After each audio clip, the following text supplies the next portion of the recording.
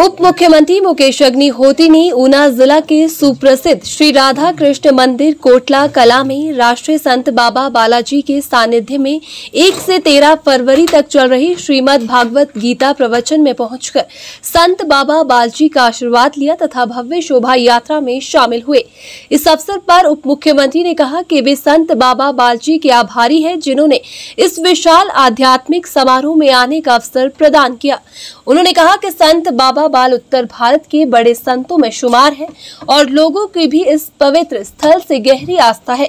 हर वर्ष हजारों की संख्या में लोग यहां पहुंचकर प्रवचन सुनते हैं और उनका आशीर्वाद ग्रहण करते हैं।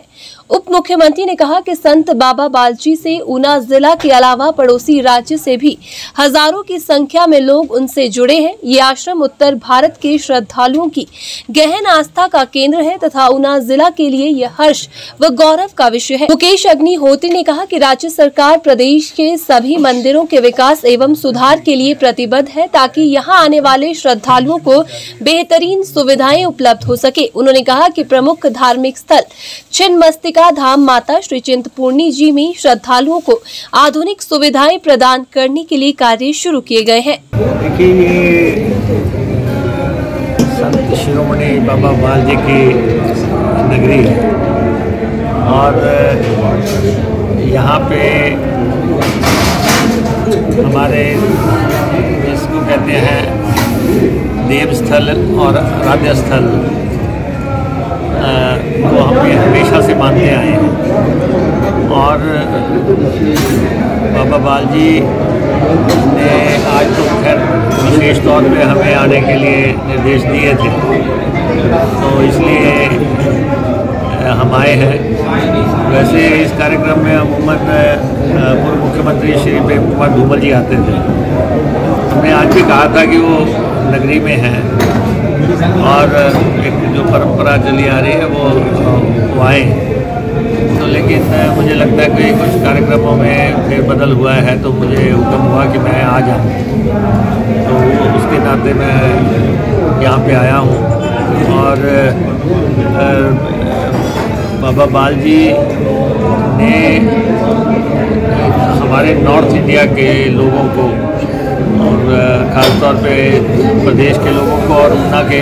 लोगों का तो ईश्वर से मेल मिलाप कराने, तारे जोड़ने का जो है बहुत ही अनुपम और अनूठा काम किया है और बहुत दुनिया जो है अब इन दिनों में यहाँ पे आएगी, तो मैं आभारी हूँ। वैसे भी हमारे ऊपर महाराज का हमेशा से आशीर्वाद रहा और जब मैं पहली दफ़ा यहाँ पे चुनाव लड़ा था उस समय से लेके अब तक हम लगातार इनसे आशीर्वाद लेने आते हैं। कोई भी शुभ काम हो तो उससे पहले महाराज के चरणों में प्रणाम करते हैं, उसी परंपरा को निभाते हुए आगे बढ़ रहे हैं। दूसरा ये है कि अब विभाग मेरे पास है, मंदिरों का विभाग मेरे पास है। प्रदेश के मंदिरों की स्थितियों में आश्चर्यजनक सुधार होगा और जितने भी हमारे देव स्थल हैं, आराध्य स्थल हैं, यहाँ पे हमारी देवियाँ हैं, श्री चिंतपूर्णी जी, ज्वालामुखी जी, नैना देवी जी और हमारे कांगड़ा देवी, चामुंडा जी, बाबा बालकनाथ जी, ये सारे मंदिर सरकार के अधीन हैं और मैं चाहता हूँ कि इनकी व्यवस्थाओं में श्रद्धालुओं के हिसाब से